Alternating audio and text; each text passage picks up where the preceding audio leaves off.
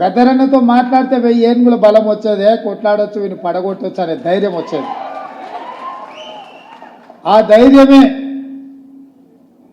ఘడీల రూపంలో నిర్మించుకొని ఇనుప కంచెలేసుకొని తెలంగాణ ప్రజల యొక్క చెమట వాసన చూడని నేను, తెలంగాణ ప్రజలకు ప్రవేశం లేదు ఈ గడీలో అని విర్రవీగినరో, ఆ గడీల తలుపులు మీది మీ రక్తాన్ని చెమటగా మార్చి చెల్లించిన పన్నులతో నిర్మించిన భవనాలు భవంతులు ఇవి పేద ప్రజల యొక్క అభ్యున్నతి కోసం పరిపాలన నిర్ణయాలు తీసుకోవడానికి ఉపయోగించాలి. అందుకే దీనికి జ్యోతిరావు పూలే గారి పేరు ఉండాలి అని చెప్పి మా ఒత్తిడితో, మా పోరాటంతో మేము ప్రకటించినాం. తెలంగాణలో కాంగ్రెస్ ప్రభుత్వం ఏర్పడిన వెంటనే డాక్టర్ బాబాసాహెబ్ అంబేద్కర్ గారి పేరు పెడతామని చెప్తే, ఆ భయానికే మా ప్రభుత్వం రాకంటే ముందే సచివాలయానికి డాక్టర్ బాబాసాహెబ్ అంబేద్కర్ పేరు పెట్టాల్సిన పరిస్థితులు కేసీఆర్కు కల్పించినాం.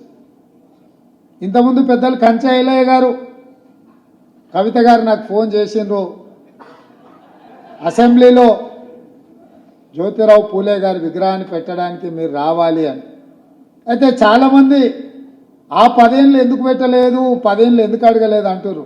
ఆ 10 ఏళ్ళు వాళ్ళ నాయన మీద సంపూర్ణమైన నమ్మకం ఉండి ఈయన దుర్మార్గుడు, ఈయన పెట్టాడు కాబట్టే ఈరోజు ప్రజాప్రభుత్వం వచ్చింది, తప్పకుండా ప్రజాప్రభుత్వం పెట్టడానికి అవకాశం ఉంది అని చెప్పి వినతి పత్రం తీసుకొని వచ్చి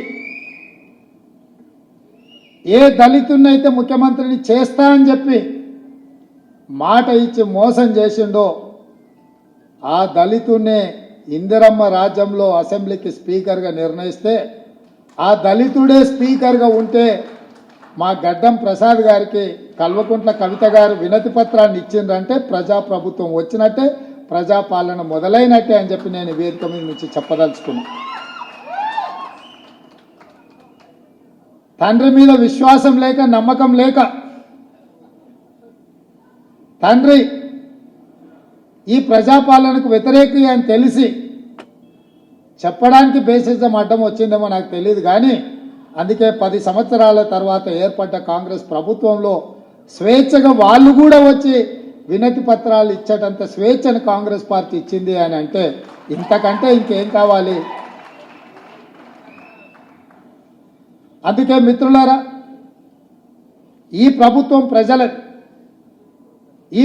ప్రజలు ఎన్నుకున్న ప్రభుత్వం. ఈ ప్రభుత్వం ప్రజల ఆలోచనలకు అనుకూలంగా